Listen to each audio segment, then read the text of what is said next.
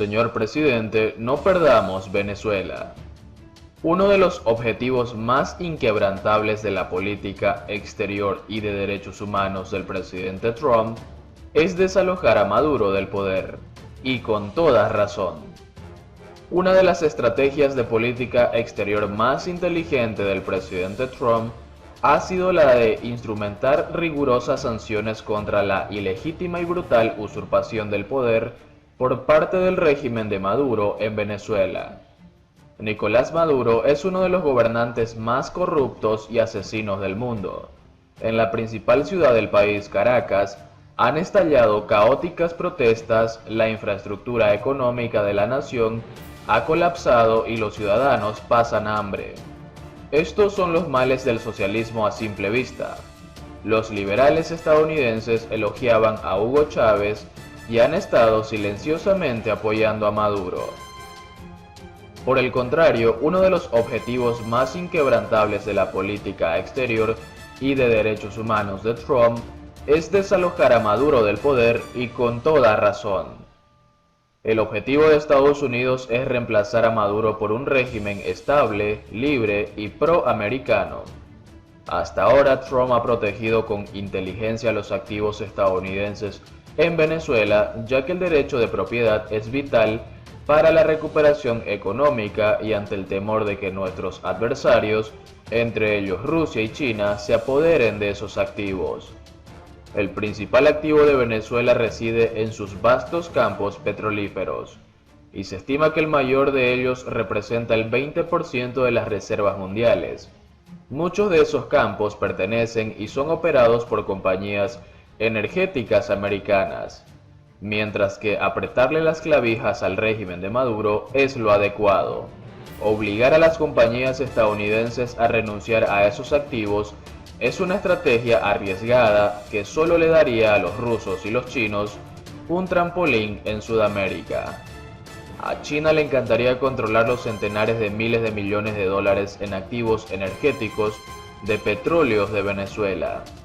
Esto sería extremadamente perjudicial para los intereses económicos y de seguridad nacional de Estados Unidos. No queremos repetir los errores que cometimos con Cuba en la década de los 60, cuando los soviéticos tomaron el control de la economía y los activos.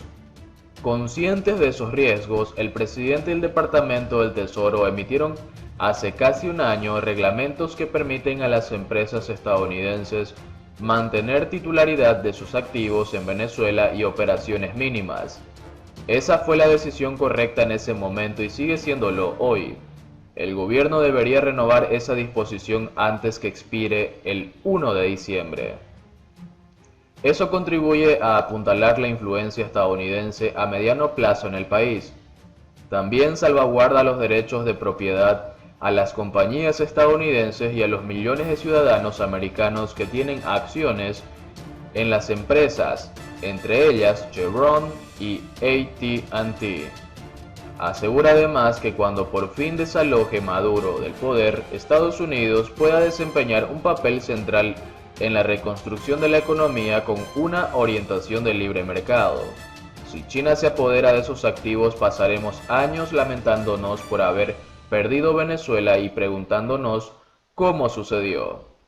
No es un argumento a favor de flexibilizar la presión de las sanciones contra un régimen autoritario. Es un argumento a favor de hacer cumplir esas sanciones y una vía efectiva que prepara a Venezuela para un nuevo día en que por fin se erradique los legados opresivos de Chávez y Maduro.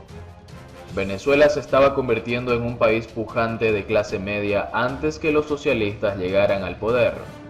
Eso puede volver a pasar y en buena medida dependerá del restablecimiento de la participación estadounidense. Las sanciones más importantes y humanitarias constituyen una respuesta adecuada a las violaciones de los derechos humanos y democráticos por parte del régimen de Maduro, así como las relacionadas con actos o políticas que socavan las instituciones o los procesos democráticos, las graves violaciones de los derechos humanos, la prohibición, limitación o penalización de la libertad de expresión o de manifestación pacífica, y la corrupción pública. Nunca debemos tolerar esos abusos, sobre todo en esta región del mundo. Los estadounidenses y la población venezolana se sienten cada vez más frustrados ante el hecho de que Maduro se sostiene por un hilo en el poder. Muy seguramente ese hilo se romperá en los próximos años y ahora es momento de pensar en la era post-Maduro, de paz y cooperación económica entre Estados Unidos y Venezuela, como lo ha hecho el gobierno de Trump. Señor presidente, mantener las operaciones y los activos de propiedad estadounidense facilitará ese compromiso constructivo a largo plazo, de modo tal que tendremos un amigo y no un adversario en la región. Henry Falcon llamó a castigar al gobierno de Maduro con el voto consciente. Se refirió a la consulta convocada por el sector de la oposición encabezada por el presidente del Parlamento, Juan Guaidó, que a su juicio no resuelve el problema del país. Henry Falcon, presidente de Avanzada Progresista, continúa en la calle promoviendo y defendiendo el voto de cara al proceso electoral del próximo 6 de diciembre. En rueda de prensa señaló que se trata de avanzar en función de construir y no en función de destruir. Por eso siempre nos verán alejados de cualquier planteamiento que convoque a la violencia, al error, a aquellas propuestas sin ningún destino, sin ningún efecto positivo para las grandes mayorías. Se refirió a la consulta convocada por el sector de la oposición, diciendo: esto lo vamos a resolver nosotros, la mayoría a través del voto consciente, democrático y masivo. Al que no tiene para comer lo van a llamar para una supuesta consulta para decidir si se queda la actual Asamblea Nacional cuando obtuvieron 5 años para gestionar soluciones para el país. Hizo un llamado al pueblo venezolano y al chavismo descontento a castigar al gobierno de Nicolás Maduro en los próximos comicios. Este gobierno incompetente nos trajo a esta tragedia y caos estructural, el problema hiperinflacionario en el país, la dolarización que hoy corre a rienda suelta en cualquier rincón, que afecta a los más pobres que tienen que comprar todo en dólares cuando reciben míseros salarios en bolívares. Ahora, ¿qué hacer frente a eso?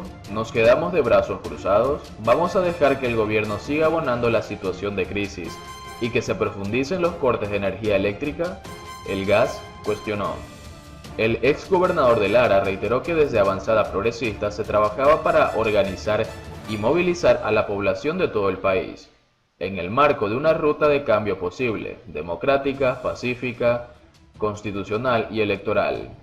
No hay gasolina en el país, y encima está la matraca.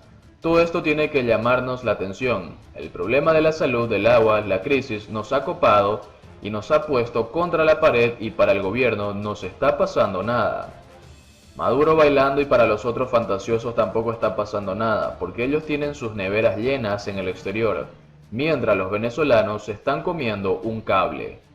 Considera que esas son razones suficientes para activarse en la calle apegados a la Constitución, haciendo política de verdad, no con aventuras y fantasías. Advirtió que todos queremos salir de Maduro, pero no podemos seguir cabalgando en los errores, por eso el nivel de frustración en la gente, producto de las improvisaciones. Se refirió al país como una realidad que no se limita a las redes sociales. No todo puede ser las redes, porque existe un pueblo pobre, humilde, está el que no come. Ese ciudadano está esperando que su dirigencia le gestione soluciones y no complicaciones. Esa es la verdadera razón de un político. Finalmente informó que retomará los madrugonazos en sectores deprimidos del estado Lara, a donde aspira a volver a gobernar en el 2021. De igual forma, continuará las caminatas en los barrios y jornadas de Avanzada Solidaria, un programa de alimentación que brinda apoyo a las familias más necesitadas y que se ejecuta de manera simultánea en los diferentes municipios. También anunció su visita el día viernes al estado Barinas, el sábado a Yaracuy y el domingo a Aragua. ¿Cuándo llegan los buques con gasolina a Venezuela y cómo transferir a un familiar en patria?